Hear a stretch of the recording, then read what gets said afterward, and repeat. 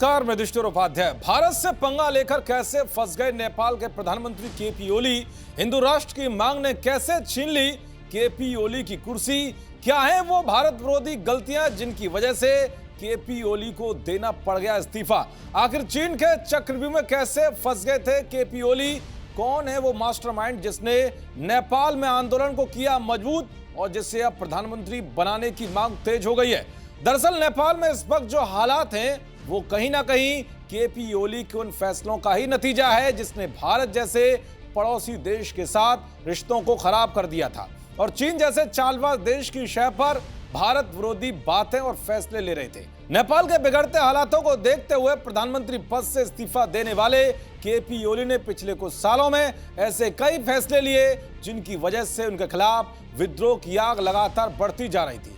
PM ओली बीते कई सालों से भारत को आंख दिखा रहे थे, आखिरकार जनता ने उनको पैदल कर दिया। हिंदू राष्ट्र की मांग को अनसुना करना, भारत के साथ बढ़ता तनाव, चीन के साथ एकजुटता केपी ओली की कुर्सी ले डूबी। भारत के सीमा विवाद और कूटनीतिक अलगाव केपी ओली को भारी पड़ गया।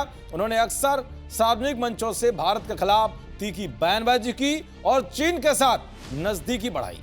इससे न सिर्फ नेपाल की अर्थव्यवस्था को खतरा था बल्कि सुरक्षा के लिहाज से बड़ी चुनौती थी।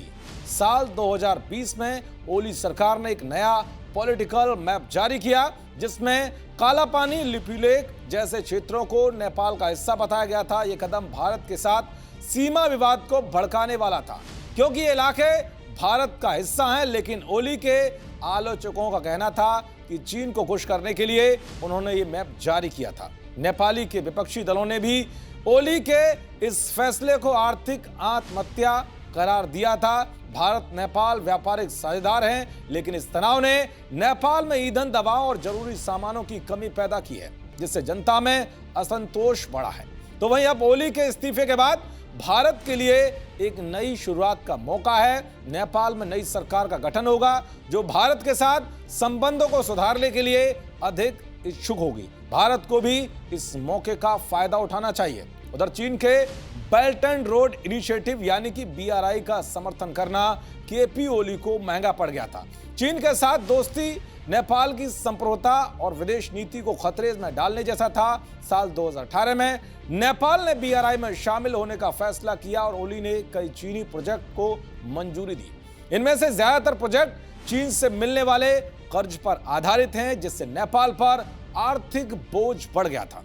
ओली नेपाल की अर्थव्यवस्था को चीन पर निर्भर करने का जोखिम उठा रहे थे जिसके चलते लोगों में गुस्सा था। तो वह हिंदू राष्ट्र की मांग की अनदेखी करने के चलते भी केपी ओली को सत्ता से हाथ धोना पड़ा। दरअसल नेपाल पहले हिंदू राष्ट्र हुआ करता था जहां 80% से ज्यादा आबादी हिंदुओं की थी। करीब 16 साल पहले नेपाल दुनिया का एकमात्र हिंदू राष्ट्र हुआ करता था। यहां पर साल 2008 तक ज्ञानेंद्र शाह नेपाल के राजा थे, लेकिन फिर एक माओवादी आंदोलन और कथित वामपंथी क्रांति हुई। इस देश में सत्ता परिवर्तन हो गया। ज्ञानेंद्र शाह को सिंहासन छोड़ना पड़ा, लेकिन अब फिर से वहां हिंदू राष्ट्र के लिए राजशाही व्यवस्था की वापसी की मांग की जा रही है।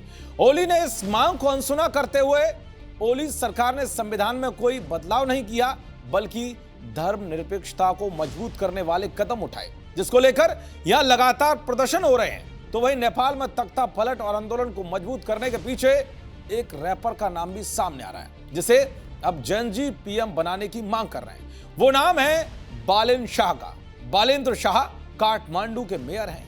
बालेन नेपाल में युवाओं के बीच खासे लोकप्रिय हैं और एक सिविल इंजीनियर भी हैं जिन्होंने 2022 में स्वतंत्र उम्मीदवार के रूप में चुनाव जीतकर इतिहास रचा था। अक्सर सोशल मीडिया पर उनके पोस्ट राष्ट्रीय स्तर पर बड़ी बहस छेड़ देते हैं और तेजी से ट्रेंड करने लगते हैं। यही वजह कि इस बड़े आंदोलन को बालेन ने बड़ी आसानी से अपना समर्थन देकर हाईजैक कर लिया।